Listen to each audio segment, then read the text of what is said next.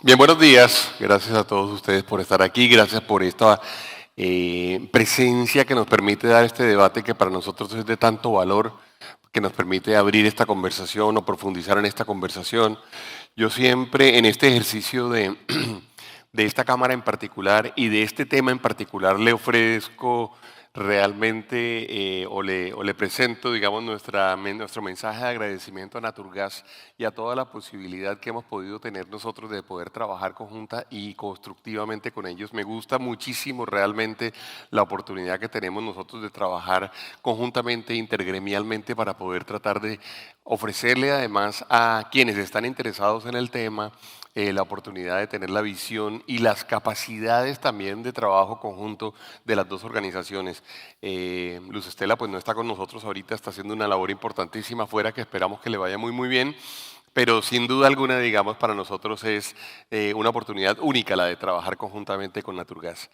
Quiero darle un saludo especial a Juan Camilo Zapata, líder de hidrógeno del Ministerio de Minas y Energía, un saludo a Rosario González, subdirectora de Energía y Minas del Departamento Nacional de Planeación, a Daniela Macas, directora de proyectos de la Organización Latinoamericana de Energía, OLADE, a todos los presidentes o a los presidentes de las juntas directivas de la Cámara de Grandes Consumidores de la ANDI, de gases, a Diego Fernando y a la Cámara de Hidrógeno Natural, de Hidrógeno de la ANDI, Naturgas, a Germán Galán, a todos ustedes presentes aquí. Este ejercicio que les queremos presentar o esta conversación que queremos ampliar, abrir el día de hoy, que pretende generar un poquito de marco para lo que ustedes han venido conversando en el día de ayer y lo que terminaremos de conversar en el día de hoy, pero sobre todo para poder, sin duda alguna, tratar de hacer de este escenario un escenario práctico, un escenario valioso, un escenario pragmático desde el punto de vista de identificar dónde están nuestras oportunidades y tratar de sacarlas adelante lo antes posible. Ustedes saben que yo insisto permanentemente en la necesidad de que entendamos siempre y que sepamos muy bien dónde estamos parados desde el punto de vista internacional. Este mundo, que no es precisamente el mundo más globalizado que nos ha tocado vivir, porque la globalización parecería que no está de moda hoy día, sí es el mundo más interconectado.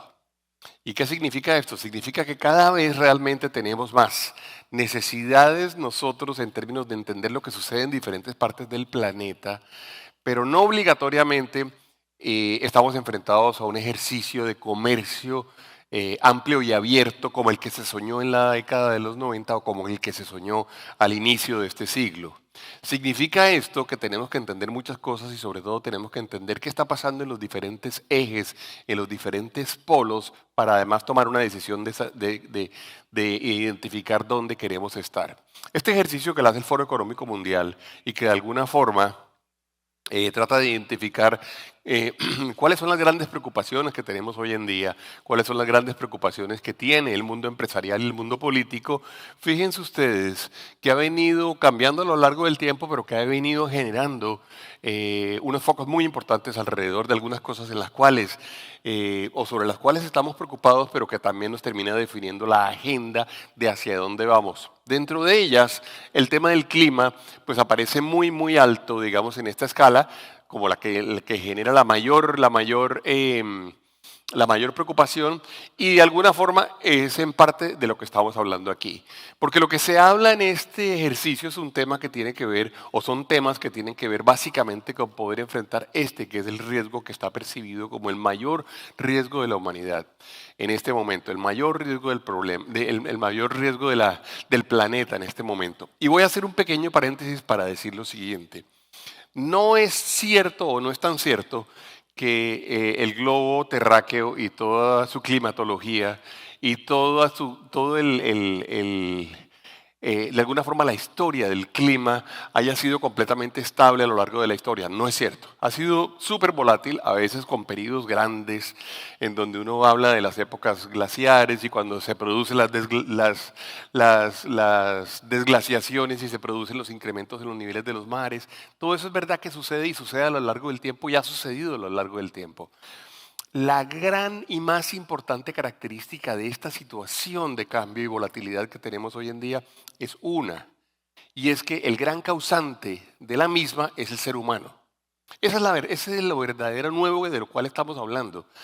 Antes sucedía todo relacionado con temas que tienen que ver con fenómenos naturales, algunos interestelares, y entonces cuando llegaron y se acercaron eventualmente algunos cuerpos celestes suficientemente grandes y modificaron nuestras órbitas y de pronto se cambió el eje del planeta y ya no estaba completamente vertical, sino estaba desplazado hacia un lado. Esas discusiones todas son, digamos, de índole natural. Bueno, el mundo actual o la situación actual desde el punto de vista del clima sí tiene que ver con el ser humano. Las causas tienen que ver con lo que ha hecho el ser humano, con lo que hemos hecho nosotros, pero ojo, también las soluciones.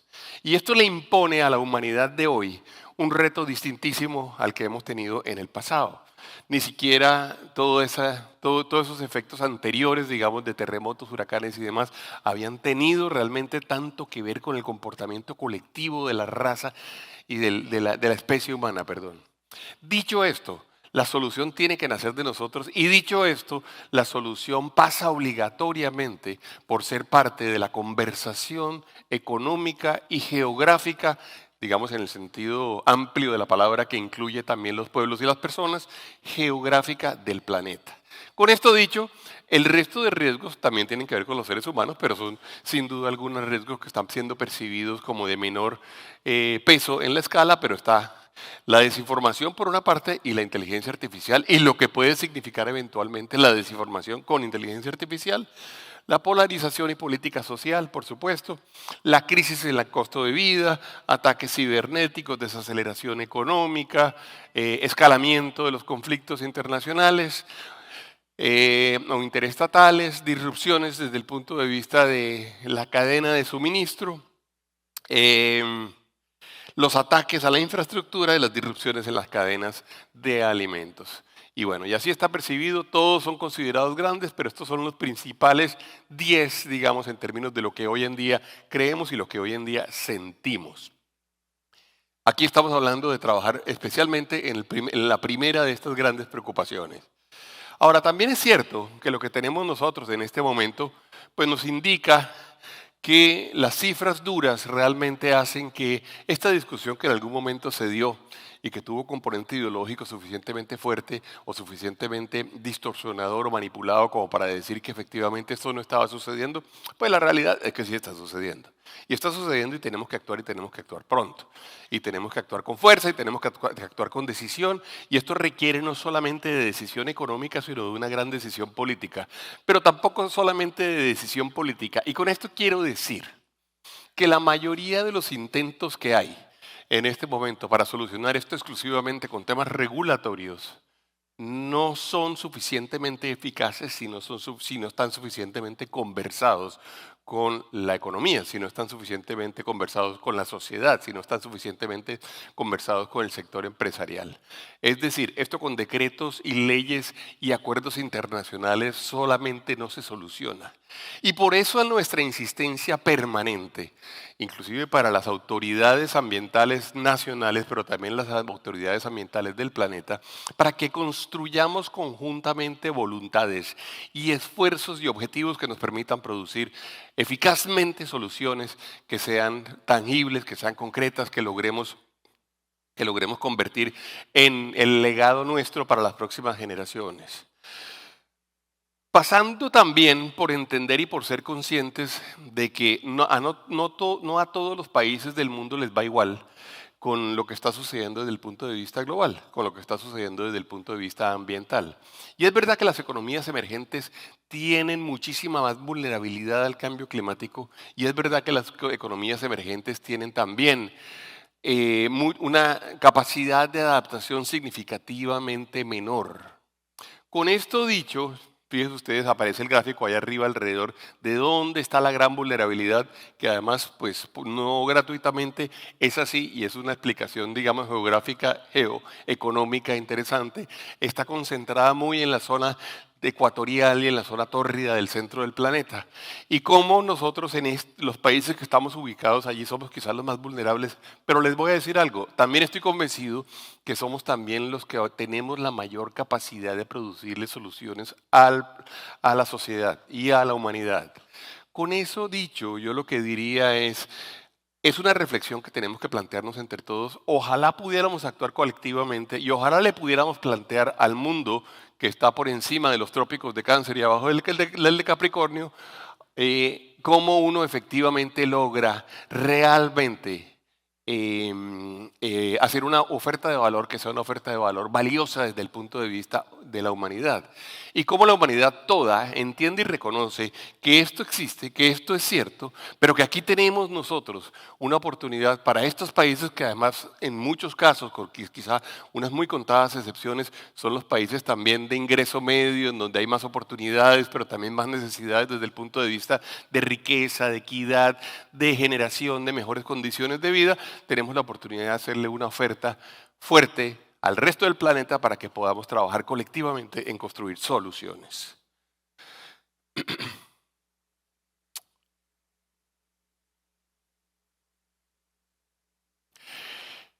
La cartera, digamos, y de alguna forma el portafolio de soluciones que hay en este momento a disposición, digamos, de la humanidad y en las cuales se está trabajando, afortunadamente está creciendo. Y cada vez hay más cosas, cada vez hay más posibles soluciones, pero cada vez también, por supuesto, se está dispersando mucho más la atención. Pero yo diría, tenemos un gran pilar, digamos, sobre el cual trabajar, mercado de carbono y emisiones. Tenemos un pilar que es un pilar que tiene que ver mucho con el mundo de los mercados de capitales y con el mundo financiero, que es el mundo de los bonos sostenibles. Tenemos el tema del turismo sostenible, que además, por cierto, no es una cosa menor, porque si bien todavía para países como Colombia, por ejemplo, no es tan grande, digamos, dentro del rubro total del Producto Interno Bruto de nuestro país y dentro de la ocupación laboral de nuestro país, el tema del turismo, también es cierto que el turismo en las versiones que se han venido dando durante las últimas décadas, pero muy especialmente después de la pandemia, tiene un impacto gigantesco sobre el planeta por muchas razones, por la movilidad tan grande de personas yendo de un lado para otro, por el tema del transporte aéreo, por el tema de justamente la llegada, digamos, masivamente a algunos sitios que estaban naturalmente protegidos y que ya no tanto. Ahí hay un tema grande y esta es una megatendencia de la cual tenemos nosotros que seguramente ocuparnos muchísimo más. Si Colombia quiere ser potente en el tema del turismo, tenemos que hacerlo en forma inteligente. No se trata solamente de producir muchas divisas por la vía de traer mucha gente y de tener mucha gente caminando por estas calles o caminando por nuestros parques o moviéndose a través de nuestras carreteras o por nuestro aire. Tenemos que hacerlo bien. Luego está todo el mundo de la innovación y la tecnología verde y el mundo de la economía sostenible, donde hay muchas cosas, donde hay además economías circulares, y nosotros en la ANDI hemos estado muy particularmente preocupados en este tema, el tema de la protección de la biodiversidad. Nosotros tenemos además también una preocupación especial alrededor de la conservación del agua y el buen manejo del agua. Ahí hay, digamos, un mundo realmente grande. En el tema de la innovación en la tecnología verde es donde nos estamos ubicando especialmente en la conversación de este par de días, en donde hay sin duda alguna una oportunidad gigante, donde hay sin duda alguna algo que se puede y se debe hacer y en donde Colombia tiene un posicionamiento, fue dicho ahorita, lo dijo Gabriel Jaime, lo dijo todo el mundo, donde se puede hacer un posicionamiento que podemos aprovechar, pero ojo, estos posicionamientos que nosotros históricamente identificamos en Colombia y decimos, somos buenos porque tenemos, por ejemplo, la mayor cantidad o el segundo país más biodiverso del mundo. Bueno, ¿y eso cómo se convierte realmente en oportunidades? Porque estamos muy bien ubicados. Bueno, ¿y eso cómo se convierte en oportunidades? Porque somos uno de los pocos países que tiene costas sobre el Atlántico y sobre el Pacífico y tenemos llanuras y tenemos cordilleras y tenemos una cantidad de pisos térmicos. Bueno, ¿y eso cómo se convierte en oportunidades? Aquí, en este momento, yo celebro que tengamos estas conversaciones porque estamos tratando de hacer eso. Después de haber hecho ese diagnóstico de identificar que tenemos la oportunidad, bueno, ¿qué hay que hacer? ¿Cómo hacemos para que verdaderamente lo logremos materializar? Esa es la tarea grande que tenemos nosotros, especialmente este grupo que está aquí y todas las empresas que ustedes representan y las organizaciones que ustedes representan. El hidrógeno, sin duda alguna, se ha convertido en una de esas oportunidades identificadas por Colombia, en donde tenemos capacidad para poder justamente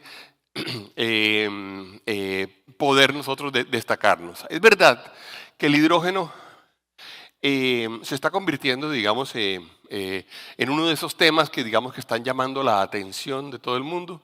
Es un tema que no solamente es estudiado por nosotros, es estudiado en muchas otras partes. Ustedes saben que hay una gran cantidad de recursos que han sido invertidos em, en este sector.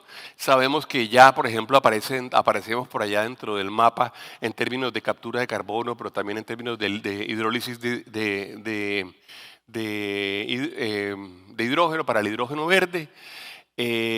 Sabemos que ya hay varios países que están produciendo políticas industriales que tienen en cuenta y que están generando condiciones para que pueda haber mayor producción. Esto está sucediendo. Y sabemos que se están presentando inversiones de gran tamaño. También vamos a ver ahorita, hay inversiones que se deberían estar haciendo y no se están haciendo si queremos cumplir con las metas que tenemos por delante. Pero eso lo vamos a ver un poco más adelante. Antes de volver al tema energético, antes de volver al tema de sostenibilidad, antes de volver al tema de desde el mundo energético, ¿qué podemos hacer nosotros para poder solucionar ese impacto que la humanidad ha producido sobre el planeta y la decisión que aparentemente ya estamos tomando como especie de tratar de mitigar y tratar de alguna forma corregir? Veamos un poco más del contexto mundial. Es cierto que además de esas preocupaciones grandes que tenemos también, digamos, un mundo que tiene una cantidad de retos desde el punto de vista económico, que tuvo que vivir una inflación muy grande, especialmente inflación de alimentos, especialmente relacionada con los temas logísticos, especialmente relacionada con los temas de cadenas de suministro, que también tuvo que ver con algunos temas de conflictos internacionales, como por ejemplo, y a propósito del panel que acabamos de oír, como lo que sucedió con la invasión de Rusia a Ucrania y el efecto sobre la urea y sobre los fertilizantes. Eso es cierto.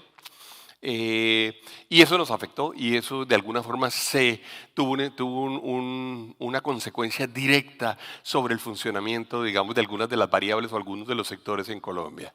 Luego también tuvimos el efecto del crecimiento económico que se vio, digamos, en el año 2020-2021 afectado por todo el efecto inmenso de la pandemia y que luego tuvo un reboost que generó un crecimiento grande y que luego ha generado una estabilización en términos internacionales de crecimiento eh, a niveles parecidos a los que teníamos previos a la pandemia, dentro de los cuales no está incluido justamente Colombia. Colombia tuvo el boost hacia arriba y luego comenzó a bajar y nos hemos estabilizado en niveles que son un poco más bajos. Y tenemos los temas, digamos, del efecto de las políticas monetarias sobre mercados como el mercado norteamericano y por supuesto como el mercado colombiano, donde hemos tenido unas tasas que han estado especialmente altas. Fíjense ustedes, esto ha conducido a que Colombia, que tuvo este decrecimiento importante durante la pandemia, luego tuvo un crecimiento muy grande en el año 2021 del 10.8%, luego en el año 2022 del 7.3%, cayó en el 2023 a niveles del 0.6% y en este momento estamos tratando de generar mayores actividades. Y yo les debo decir aquí, voy a hacer un pequeño paréntesis, creo que algunas de las cosas se están haciendo, pero no se están haciendo todas. Creo que tenemos un reto importante por hacer nuevas cosas, cosas distintas. Y creo también que tenemos unos riesgos importantes en este momento sobre la mesa que pueden hacer que no cumplamos con esa aspiración que tenemos de ubicarnos en esos cuadritos que aparecen allí vacíos en el año 2023 y 2024, 25 y 26, que tienen que ver con los temas fiscales que ustedes saben que nos generan una gran incertidumbre hoy en día, que tienen que ver con el hecho de que eventualmente hay unas reformas que están en este momento en discusión en el Congreso de la República, que tienen que ver con incertidumbre que se genera no solamente desde el punto de vista de lo económico, sino también desde el punto de vista de lo político, incertidumbres que tienen que ver con eventualmente declaraciones del gobierno o con eventualmente lo que pueda suceder con las elecciones del año entrante o eventualmente con lo que pueda suceder con la relación, por ejemplo, entre gobierno, Congreso y Congreso, gobierno, Congreso y gobierno, Cortes. Ahí tenemos unas discusiones que son relativamente grandes. Y quizá el otro tema que nos genera, digamos, una duda importante es el tema de para dónde va la demanda en nuestro país en este momento. Por esta razón, cuando miramos algunos de los indicadores líderes y algunos de los sectores que están creciendo y demás, fíjense ustedes cómo tenemos un crecimiento del sector de entretenimiento que, por cierto, no tiene el mismo peso relativo de los otros. Y esta es una falla de esta gráfica que tenemos nosotros, pero porque ahí no está el peso ponderado, digamos, de cada uno de los sectores, pero que ha crecido mucho, 9,5%, el sector agropecuario y el sector gobierno. Son los tres sectores que han crecido más. Y por otro lado tenemos, digamos, sectores que son la base grande de la economía normalmente, que son, con excepción del sector agropecuario de arriba, que son finanzas y seguros, industria, comercio, minería, y fíjense ustedes las cifras como están muy por debajo. ¿Cuánto vamos a terminar nosotros en crecimiento? Si ustedes me preguntaran, seguramente este año vamos a terminar en algo parecido al 1,8%.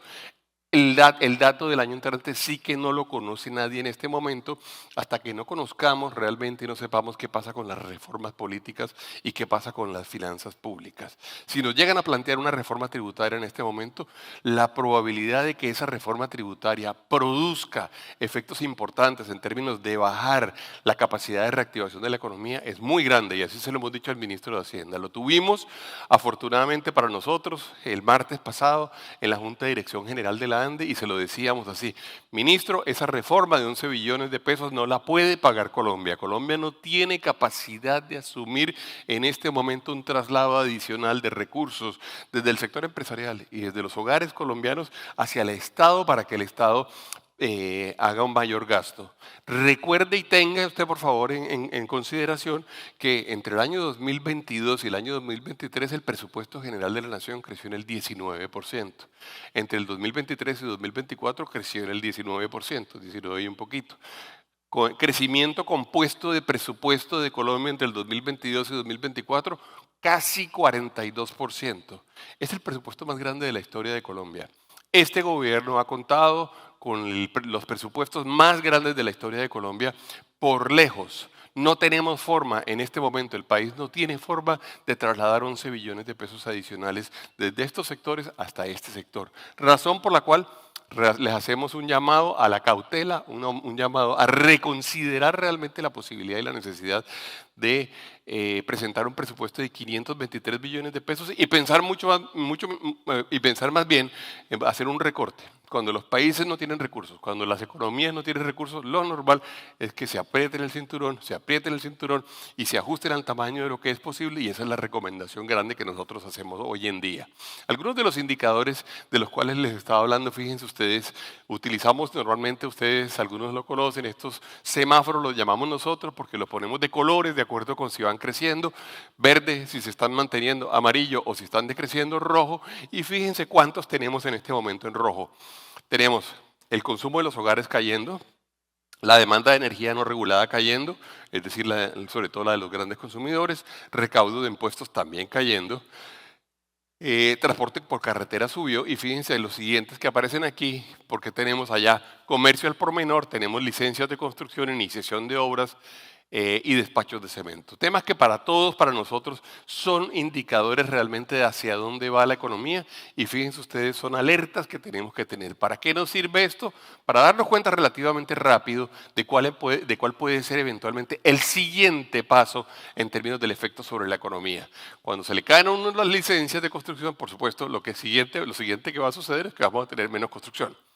Y eso evidentemente se ve reflejado allá, por ejemplo, en los despachos de cemento, o se ve reflejado en la venta de viviendas.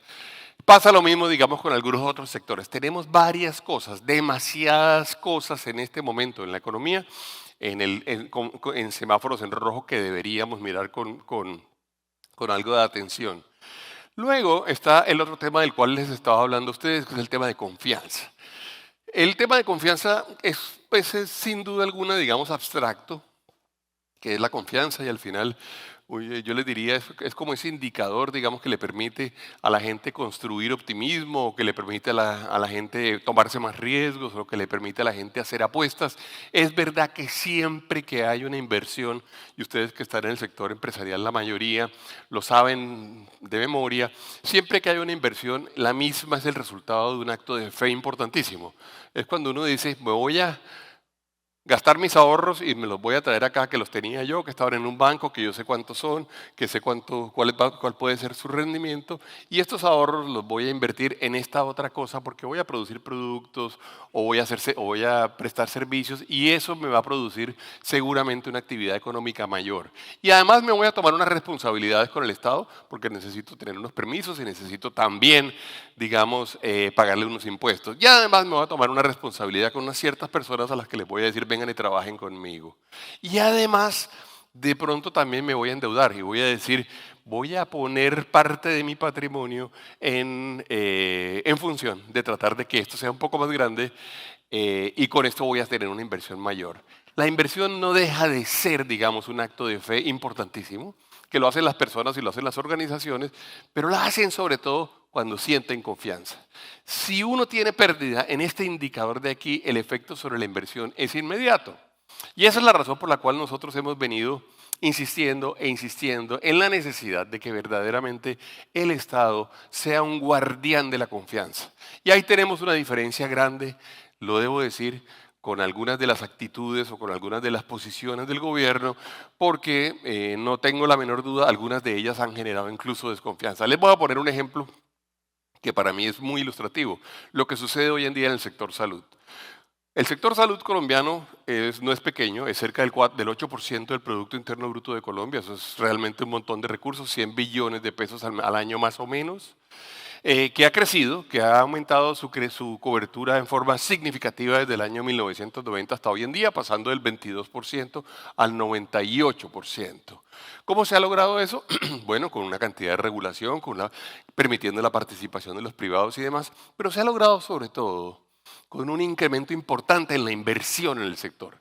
No sé si ustedes tienen en mente, pero el sector salud ha venido históricamente invirtiendo entre 500 y 600 millones de dólares en Colombia cada año para poder tener todos los hospitales nuevos que vemos, para los laboratorios, para eventualmente los servicios que tienen que ver con, no sé, imágenes diagnósticas, con dispositivos médicos, con el sistema farmacéutico.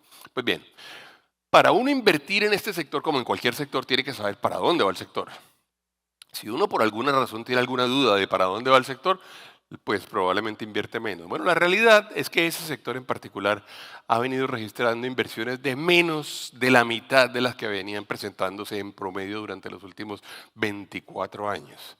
Eso en realidad pues es una muestra de cómo efectivamente una incertidumbre de esta naturaleza puede terminar afectando la economía, y lo hace de verdad, verdad.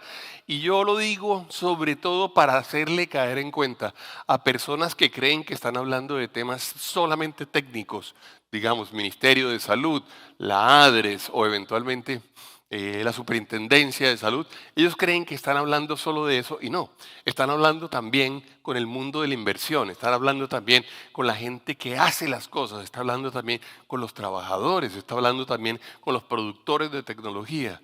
Y quiero poner ese ejemplo porque eso es válido para casi todos los sectores, en el sentido de que lo que mejor pudiera suceder y lo que más efecto pudiera tener en términos de dinamización de las inversiones es que nosotros lográramos cambiar la tendencia que tenemos en este momento de incertidumbre y la tendencia que tenemos en este momento de construcción de confianza negativa o de desconfianza. Por esta razón, fíjense ustedes, hemos tenido algunas caídas en algunas inversiones. Ahí está el dato, por ejemplo, de inversión extranjera directa. Y fíjense ustedes cómo ha venido cayendo. Ese es el dato de enero a junio y enero a junio. Es decir, efectivamente uno pudiera, desestacionalizando todo, sí puede en este momento encontrarse como, fíjense, se han presentado estas caídas. Aquí hubo un par de años buenos, un par de años que además estuvieron signados o estuvieron afectados, especialmente afectados por un par de inversiones muy grandes que se hicieron especialmente en el sector de alimentos, recordarán ustedes, y sector financiero. Pero lo cierto es que si ustedes ven el dato del año 2023 versus el dato del 2024, primer semestre, ustedes se encuentran con una caída de algo más de 9 billones de dólares a una cifra de 6.7 billones de dólares, caída del 30% más o menos, que sin duda nos tiene que llamar la atención. Y nos tiene que llamar la atención porque esto no solamente nos habla de que entran menos dólares, no solamente nos habla de que compramos menos máquinas, no solamente nos habla de que contratamos menos personas, sino que la inversión es un indicador de futuro. Realmente cuando uno invierte hoy en día está hablando del comportamiento de la economía en los próximos años. Y ese tema es un tema que, ojo, porque se nos devuelve. Y se nos devuelve ¿por la vía de qué? Por la vía de lo que no hicimos, que hemos debido haber hecho y que eventualmente hubiera podido ser necesario. Tema interesante para que lo pensemos un poco, sector energético, tema para que lo pensemos un poco, sector salud, tema para que lo pensemos un poco, sector de infraestructura. Ahí tenemos unas caídas que son importantes. Fíjense ustedes, la inversión extranjera directa donde más ha crecido ha sido en servicios financieros, el sector petrolero sigue teniendo una inversión, algo en industria manufacturera, y ahí aparece, digamos, la descripción en términos de participación de los años anteriores. Un tema que nos importa mucho a nosotros es el mercado laboral, claro, porque ese es el efecto grande realmente de todo esto que se hace en términos de la capacidad de producir empleo, de producir bienestar sobre la gente, de darle oportunidades, de generar talento, de generar nuevas capacidades. Y la verdad es que lo que tenemos hoy en día justamente es una cifra que no es menor, porque es esta cifra que está acá, que ustedes ven en la última de estas barritas, en donde se habla del número de personas desocupadas. Colombia tiene en este momento 2.505.000 personas desocupadas, que es una cifra que no es la más alta de la historia. La más alta de la historia estuvo sin duda alguna durante la pandemia, pero que si ustedes hacen un recorrido desde inicio del siglo hasta ahora, se encuentran con que sí es de las más altas de la historia. Todavía, digamos, los años post pandemia fueron mayores. El año 2019 ha tenido un dato de 2.656.000 personas, y si van hacia atrás, se encuentran con que la última vez que habíamos tenido este dato era en agosto del año 2003. Esto, por supuesto, se ve reflejado en muchas cosas, en la producción de mayor equidad, en la generación de mayores oportunidades, en la oportunidad que tenga, por supuesto, una familia colombiana de poder acceder a la misma. Y fíjense ustedes que cuando hablamos de tasa de desempleo, estamos hablando de una cifra que está en cerca del 10%. ¿Es mejor el 10% que el 14% o que el 13%? Claro que lo es. O que el 16%, que es el dato del año de la pandemia. Pero es una cifra inaceptable. Es una cifra para la cual contra la cual tenemos que trabajar, para la cual tenemos que luchar. Nosotros tenemos un ejercicio grande por hacer en Colombia. Entonces, por eso, alrededor de una conversación tan vigente hoy en día, tan actual como es el tema de la reforma laboral que se está tramitando en este momento en el Congreso, la pregunta que yo siempre le hago a los legisladores, pero también le hago al ministerio es: ¿y eso que estamos definiendo qué efecto tiene sobre estas variables? Miremoslo, por favor, y seamos conscientes. Allá está el dato de informalidad, y seamos conscientes qué efecto tiene sobre la formalidad y qué efecto tiene sobre el empleo. ¿Estamos siendo mejores en términos de generar mayor empleo, o estamos siendo mejores en términos de reducir informalidad o no? Paréntesis. En esta reforma en particular tengo otra crítica que ustedes me la habrán quizá oído, y si no la han oído aprovecho para expresarla, y es el hecho de que todo esto que se ha venido haciendo alrededor de la reforma laboral durante los últimos ya 24 meses casi, ha sido completamente ajeno al diálogo tripartito, al diálogo social. El diálogo tripartito es un principio del mundo del trabajo en donde se dice las cosas grandes, las cosas importantes hay que hacerlas conversando el Estado, los trabajadores y los empleadores. Existen un par de convenios, el convenio 47 y el convenio 144 de la OIT, que Colombia suscribe, y que Colombia, además de que suscribe, ratifica en el Congreso, y que por lo tanto se vuelve parte de nuestro cuerpo constitucional, que dice: las cosas importantes, las cosas grandes hay que hacerlas entre el gobierno nacional, los trabajadores y los empleadores. Pues bueno, para su sorpresa, o para su... quizá a algunos no se sorprende, pero para su sorpresa no ha habido ni una reunión tripartita de esta naturaleza desde el día 14 de marzo del año 2023. Nos hemos reunido para hablar del salario mínimo, sí, nos hemos reunido para hablar de otras cosas, pero esta no. Y la reforma ayer nos dijeron que había quedado, digamos, prácticamente aprobada en Cámara de Representantes, segundo debate, son 4, falta Senado, había quedado prácticamente aprobada. Eso de verdad, este mensaje lo quiero dejar aquí, es como un paréntesis grande que hago, pero esto no lo vamos a poder solucionar si no lo hacemos entre todos. Nuevamente, la aspiración de que uno saca solamente normas y las normas solucionan el mundo real es una aspiración, por decirlo menos, ingenua. El mundo real realmente necesita obligatoriamente de la voluntad de las personas, de la capacidad de construir, de la capacidad de debatir, y eso es parte de lo que nosotros hemos venido invitando y hemos venido proponiendo. Luego, bueno, hemos tenido una tasa de cambio que ha sido especialmente alta debido justamente a que hemos tenido una inflación alta, la política monetaria ha sido dura, ha sido restrictiva. Ustedes saben, el Banco de la República sube las tasas de interés, especialmente con la idea de que le va a quitar ingreso disponible a los hogares, que le va a quitar ingreso disponible a las compañías. Eso va a hacer que la demanda baja, y como la demanda va a bajar, al final lo que vamos a tener es una inflación menor. Esa es la lógica de la política monetaria. Tiene algunas variables que valdría la pena tener en cuenta, y es, ¿será que la inflación se debe especialmente o únicamente al incremento en demanda, o será que la inflación se debe a eso que hablábamos 10 slides atrás, que en parte tenía que ver con la disrupción en las cadenas logísticas y en los encadenamientos internacionales? Y en el caso colombiano, una muy buena parte de la explicación estaba allí. Por esa razón no hemos logrado bajar la inflación a la velocidad que queríamos, pero por esa razón también sí estamos afectando, por supuesto, la demanda agregada en este instante, y eso está teniendo efectos sobre el crecimiento como lo estábamos viendo ahora. Hay que decir que la incertidumbre de la cual he venido hablando se refleja no solamente en el hecho de que no se produce inversión, se refleja en otra variable que es particularmente importante, que es la variable del costo de la deuda en los mercados. El costo de la deuda en los mercados, ¿por qué es importante? Bueno, porque una parte importante del presupuesto general de la nación, pero también del presupuesto de las compañías, se va a pagar los impuestos. Y fíjense ustedes, Colombia ha venido, que es la que aparece en la línea amarilla, Colombia ha venido pegándose al techo de las economías que tienen mayor riesgo desde el punto de vista de la evaluación que hacen los mercados en términos de a cómo le prestamos a ese país, riesgo país. Con eso dicho, no sé si ustedes vieron o tienen presente las cifras de presupuesto general de la nación, seguramente no. Para el año 2023 tuvimos un presupuesto en servicio de la deuda de cerca de 76 billones de pesos.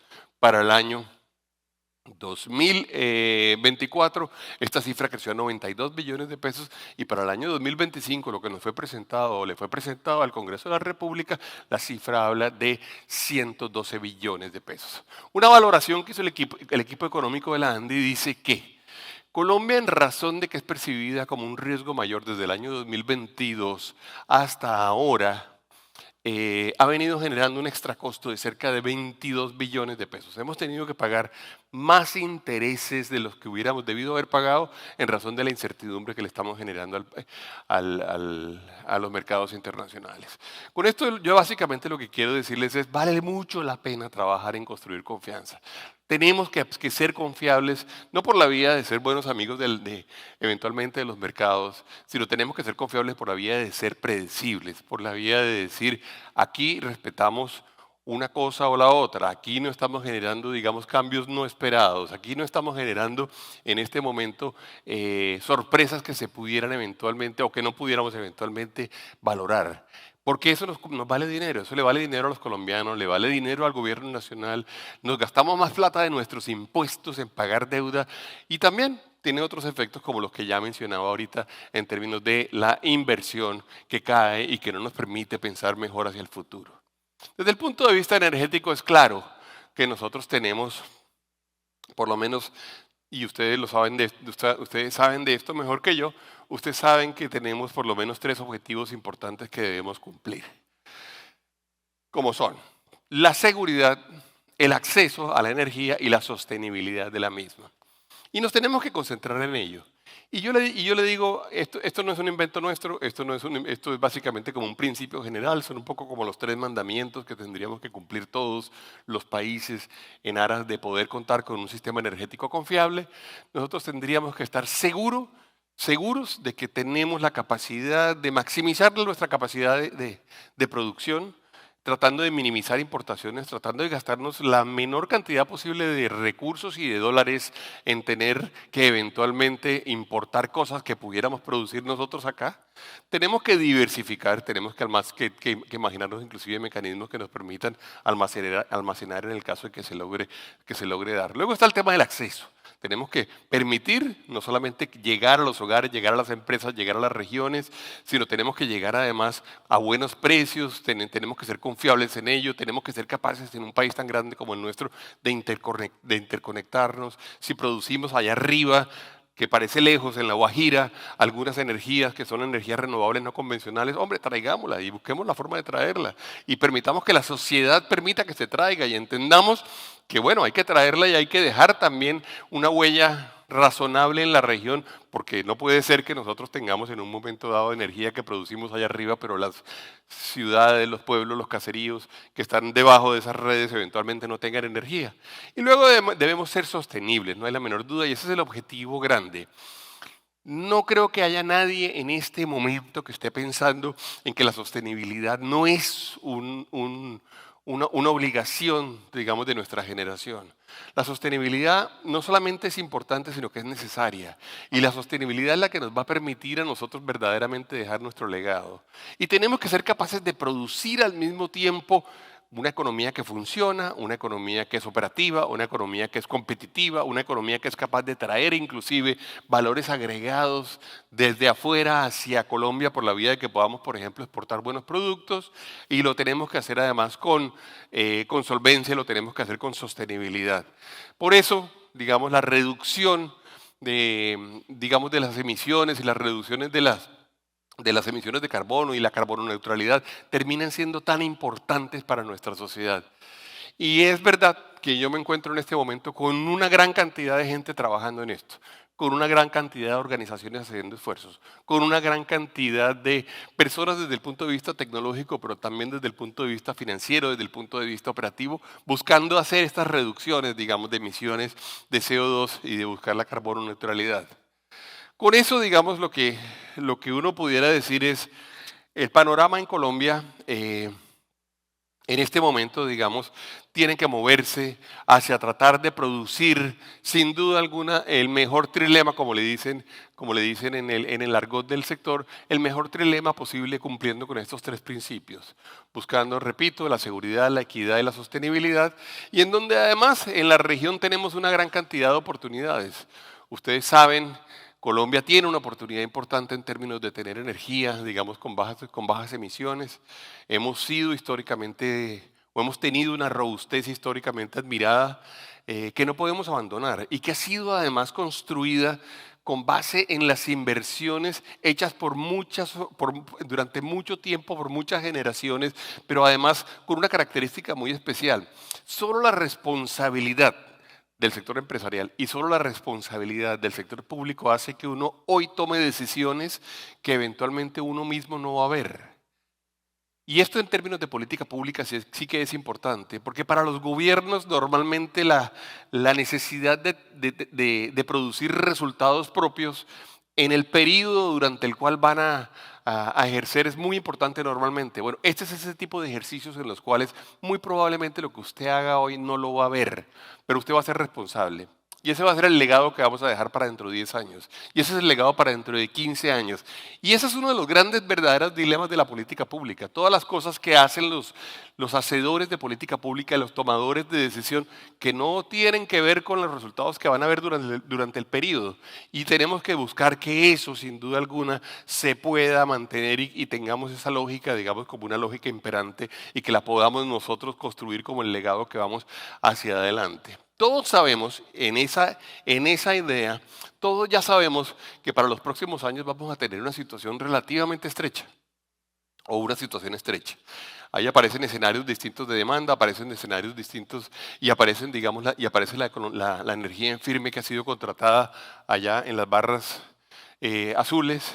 Y fíjense ustedes cómo eventualmente puede ser que tengamos no tan lejos, digamos, a partir del año 2029, un escenario en el cual probablemente no tengamos energía suficiente para poder, digamos, atender los diferentes escenarios de demanda. El bajo, pues sí, pero si estamos en el escenario bajo, tenemos otros problemas.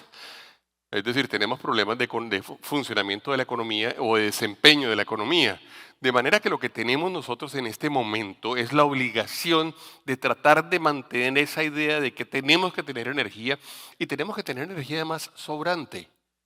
En el tema de servicios públicos todos lo sabemos. Es importante tener colchones de seguridad que nos permitan atender los imponderables y las variables que no son fácilmente o seguramente, digamos, cumplibles o asegurables. Por eso es tan importante que nosotros seamos capaces de contar con energía suficiente para no solamente poder atender todo lo que estamos necesitando, sino energía suficiente para poder atender eventuales imponderables. Todos sabemos que los imponderables sí se presentan. Uno siempre cree que no se presentan, pues se presentan. Todos nos acordamos porque además es historia reciente de lo que sucedió cuando tuvimos el famoso accidente con los cables de transmisión de Guatapé. Eso se presentó y Colombia estuvo a punto, realmente a punto de tener un inmenso colapso desde el punto de vista energético. Si hubiéramos tenido los niveles de margen de seguridad que aparecen por ahí en años 28, 29, en ese instante Colombia hubiera tenido que hacer cortes importantes y esto no nos puede pasar. Y fíjense ustedes que es verdad que estamos haciendo esfuerzos en este momento por tener nuevos proyectos, pero fíjense ustedes que tenemos retrasos. Este dato que aparece aquí es el dato de retraso en número de meses de algunos proyectos. Por favor, aquí hay un proyecto que tiene 111 meses de retraso. 111 meses de retraso son 9 años. Sogamoso Norte, Nueva Esperanza, 84 meses. La Loma, 75. Cuestecitas, 46. Sabana Larga, 27. Colectora, 21. Colectora sí que es importante. Y además, ojalá que pudiéramos tener la colectora duplicada con la doble capacidad para poder de una vez tener realmente soluciones para todo. Este cuadrito del centro nos demuestra una ruta crítica en la cual tenemos que trabajar. Si algún acuerdo deberíamos hacer en este instante, es hacer un acuerdo, digo, como país, no solamente nosotros, es el acuerdo de poner en funcionamiento estos proyectos lo antes posible. Proyectos que ya están estructurados, proyectos que algunos de ellos comenzaron, bueno, todos ellos han tenido avances significativos y que vale la pena terminar, que necesitamos terminar y que si no los terminamos vamos a terminar teniendo problemas muy importantes que no queremos tener. Ustedes se encuentran allá, digamos, la matriz de generación, año 2023, año 2024, y una de las cosas que Colombia está haciendo, que además es muy interesante, es muy valioso, es reconocido por todo el mundo, es el hecho de que estamos y que tenemos, digamos, la capacidad de tener una energía muy limpia comparada con la energía del resto del mundo. Pero bueno, tenemos que seguir limpiándola y tenemos que producir mayores capacidades y tenemos que ser capaces como país nosotros de decirle al resto de la economía, decirle a los hogares, decirle a las ciudades, decirle a la empresa, decirle nosotros tenemos las capacidades de producir. Hace poco oímos, muchos de nosotros oímos con muchísimo interés un proyecto del cual habló el gobierno nacional que fue una gran planta siderúrgica productora de planos en la costa Caribe. No sé si ustedes la vieron o oyeron hablar de ella. Interesantísimo. Colombia nunca ha producido planos.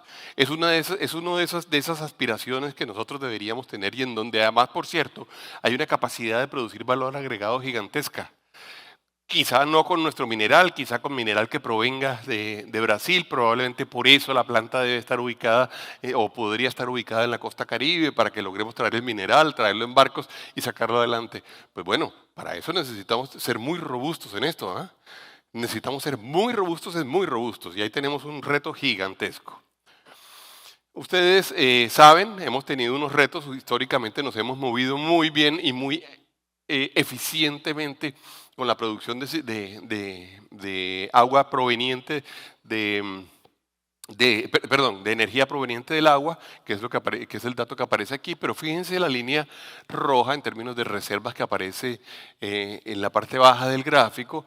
La verdad es que hemos estado y en este momento hemos estado por debajo de los promedios y este es un tema que nos tiene que preocupar, es un tema que nos dice a veces la hidrología no es tan predecible, a veces la hidrología se agota, a veces la hidrología no nos permite, digamos, tener capacidades en firme tan asegurables hacia el futuro.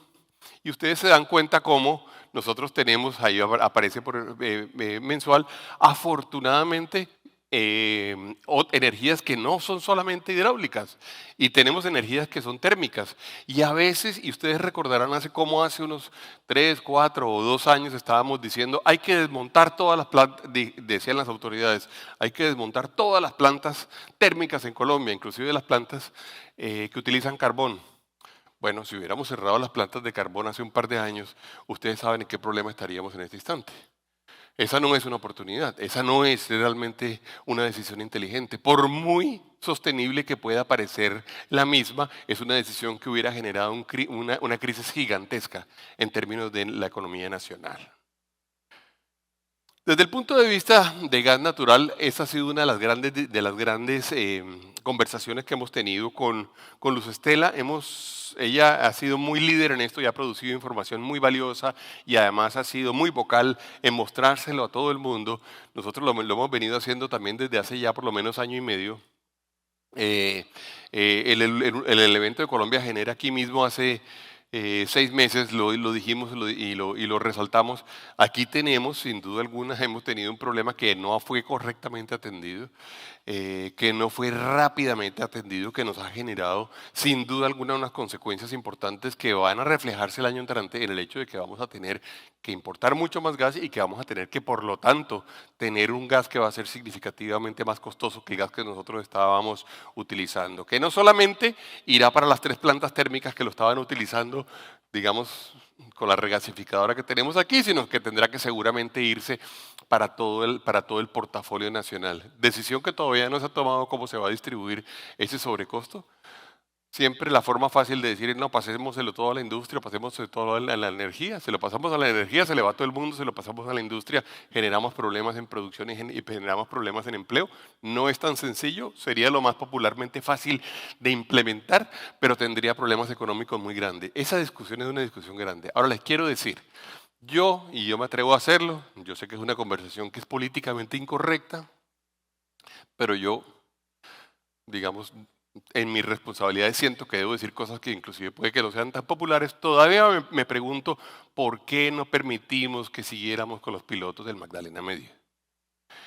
Ese ejercicio era un ejercicio que lo que pretendía hacer era identificar si era verdad que eso que luego la Corte y los jueces dijeron que por el principio de precaución no íbamos a seguir haciendo, y lo que pretendía hacer era identificar si ese riesgo, si era un riesgo real o no. Hoy en día no sabemos si es un riesgo real o no. No lo sabemos. Probablemente no lo era, probablemente sí lo era, pero probablemente no lo era. Si no lo era, nosotros hubiéramos tenido hoy ese gas. Algunas personas expertas del tema dicen, probablemente con ese gas hubiéramos tenido reservas para 20 años más.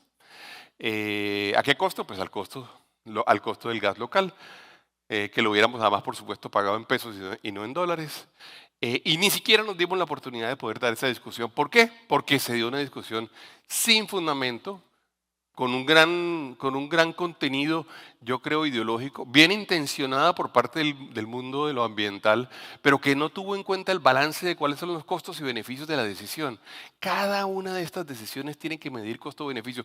Por eso es que es tan difícil gobernar. Es que el arte de gobernar no es escoger todo lo que es más bonito que aparece aquí, lo más barato que aparece acá, lo más sabroso que aparece enfrente. No, el arte de gobernar es tomar decisiones entre alternativas que todas normalmente son costosas y que todas normalmente traen beneficios, pero hay que escogerlas. Yo hoy en día les digo, no entiendo, ni siquiera nos hemos atrevido a decir que esa es una de las posibles soluciones. ¿Ah? Los expertos del tema, que no soy yo uno de ellos, me dicen que uno entre 10 meses y un año lograría poner en funcionamiento o lograría tomar ese gas en caso de que efectivamente se demostrara que no tiene los costos que habíamos creído que se podían eventualmente producir desde el punto de vista ambiental. ¿Por qué no damos esa discusión? te los dejo para que lo pensemos un poco. Eh, Claro, vamos a terminar teniendo una conversación que no va a ser fácil durante este próximo año alrededor de quién va a pagarlo, a dónde vamos a tenerlo, cuál va a ser el costo, dónde se va a regasificar, la planta de aquí logra o no logra atender eso, ya sabemos que la planta de aquí no logra atender esas diferencias. Recuerden las diferencias que teníamos en el gráfico anterior, no eran menores. Eran diferencias, allá aparece 121 millones de pies cúbicos día durante el año 2025, 301 durante el año 2026, 373 el año 2027. Y ustedes saben, eso no se puede hacer ni siquiera con una regasificadora con las mismas capacidades que las que tiene SPEC hoy en día aquí a pocas millas náuticas de donde estamos en este instante. Entonces la conversación es una conversación que no es menor, diciendo que em, es bueno que por lo menos ahora en este momento tengamos nombrados los expertos de la CREC. Estábamos todos esperando que esto sucediera porque sin duda alguna necesitamos que esa entidad que está allá actúe dinámicamente y sea capaz de sacar adelante las decisiones que hay que tomar. Em, eh, y tenemos, sin duda alguna, digamos, preocupaciones que son preocupaciones para nosotros en este momento, preocupaciones de todos los sectores. En esa conversación intergremial que se ha venido dando, que es el consenso que aparece allá, se hicieron algunas afirmaciones y son sugerencias y solicitudes otras alrededor de la necesidad de tener nuevas subastas que tienen que salir pronto. Tenemos que buscar opciones para que las comercializadoras que compran energía en bolsa se vea menos afectadas, apoyar la diversificación de fuentes de energía, iniciar campañas de ahorro mucho más fuertes que las que tenemos hasta ahora, flexibilizar temporalmente la venta de gas, acelerar las licencias, permitir la venta de gas importado para hogares o industrias, acelerar la búsqueda de gas en tierra y costa afuera. En eso, digamos, nos tocó vivir además, ustedes vieron la interrupción que hizo del proyecto, un juez alrededor del proyecto Uchua, que creo que se llama Sirius ahora, Sirius. Eh, Hubo una columna del profesor Moisés Basserman que yo leo todos los viernes y que recomiendo siempre leer la semana pasada sobre el uso de los términos y la apropiación de términos, en donde me convenció que uno debería poder decirle todavía Uchua al proyecto. Y habla de que nos estamos enredando con cosas que no son. Lo que era importante realmente era saber si uno sí debería o no debería haber suspendido ese proyecto, que afortunadamente se tomó la decisión de reanudarlo. Desde el punto de vista de eficiencia energética, claro que hay que hacer un esfuerzo grande en este momento. Nosotros tenemos una oportunidad grande. Colombia tiene una intensidad energética que es relativamente baja cuando la comparamos con China, con el promedio mundial, con los Estados Unidos, con Brasil, fíjense ustedes, con Argentina. Cuando miramos cuánta es la intensidad por cada $1.000 producidos, tenemos sin duda alguna, digamos, posibilidades mayores. Y ahí vemos una cantidad de cosas que se pueden hacer, modernizando electrodomésticos, con la mejora del transporte, modernizando edificios, electrificando o haciendo inversiones en redes inteligentes. Hay muchas cosas que se pueden hacer y en eso Colombia, hay que decirlo, tiene un buen posicionamiento, pero puede mejorar y tenemos una oportunidad grande. Entre otras porque nosotros hemos defendido la tesis de que Colombia debería tener como una de sus grandes ventajas competitivas el hecho de que la huella de carbono o la eficiencia energética que nosotros le imprimimos, o la intensidad energética, perdón,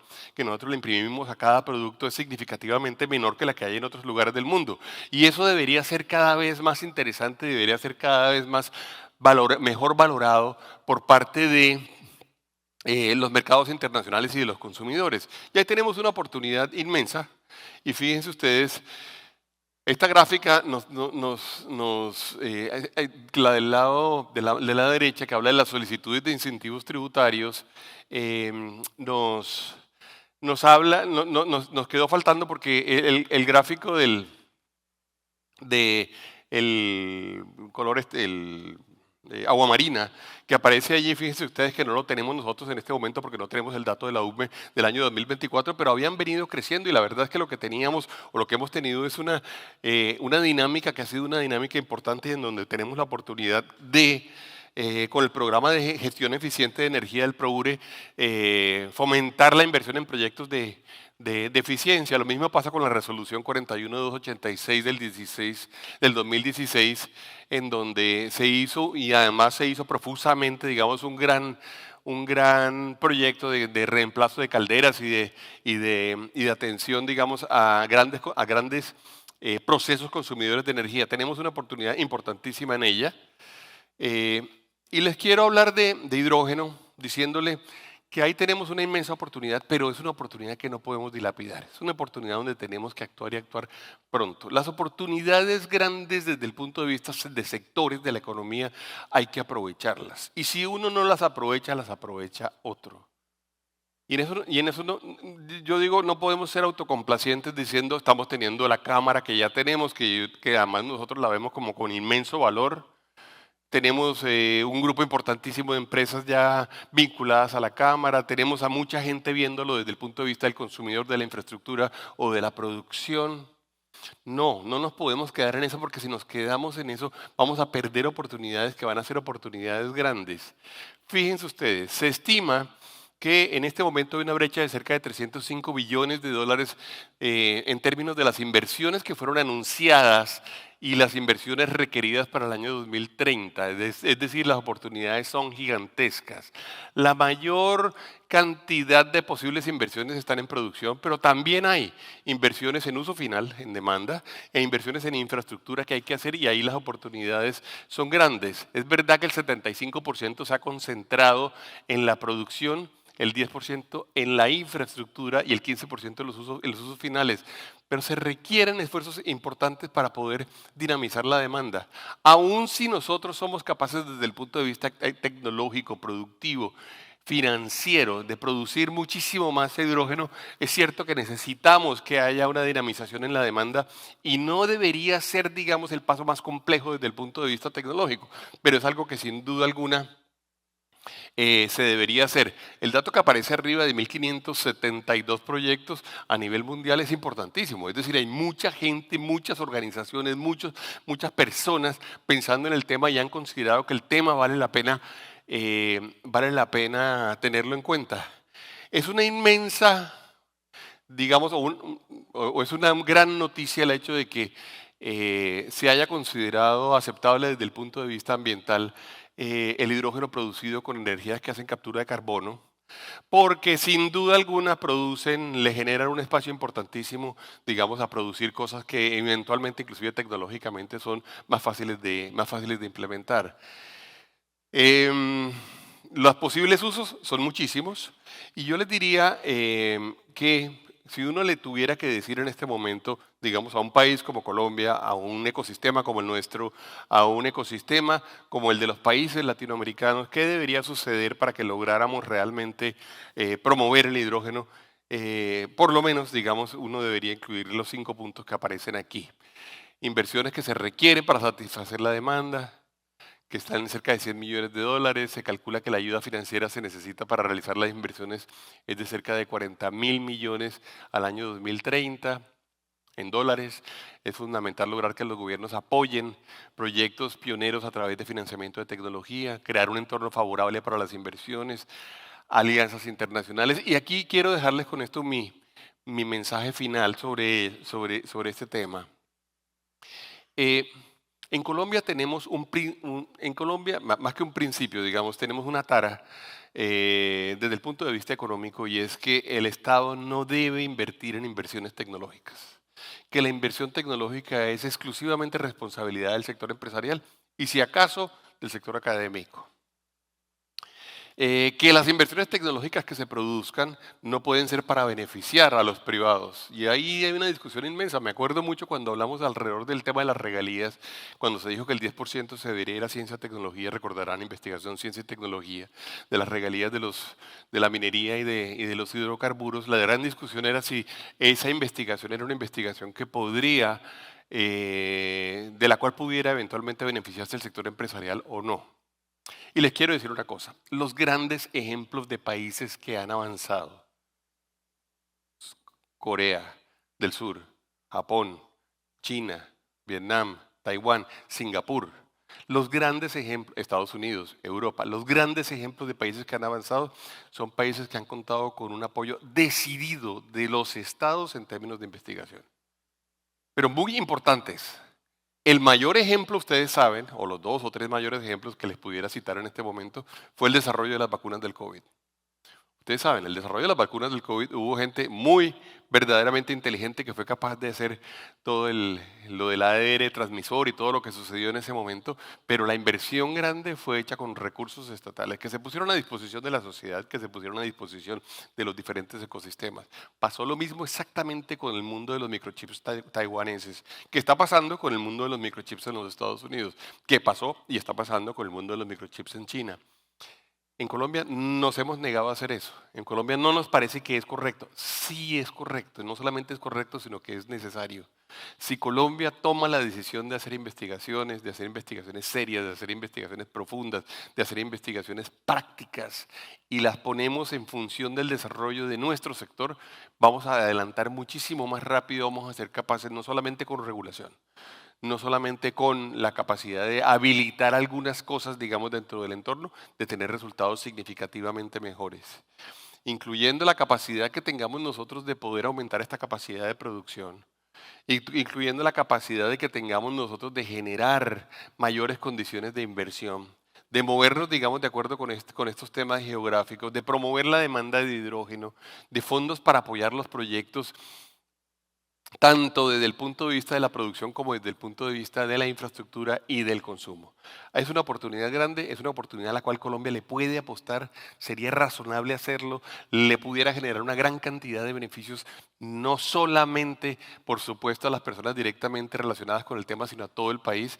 Además, sería altamente sostenible, iría con esas metas, digamos, de descarbonización que queremos en adelante y además se aprovecharía, digamos, las ventajas competitivas que tenemos. Esto es un poco lo que les quería decir. Tenemos una inmensa cantidad de oportunidades, debemos ser proactivos. Yo creo que nos tenemos que atrever a proponer cosas que eventualmente sean distintas a las que se han hecho históricamente, que eventualmente sean distintas a las que han sido, digamos, políticamente correctas desde el punto de vista de las políticas públicas, porque además está demostrado que en otros países ha tenido buenos resultados. Muchas gracias a todos ustedes por su atención.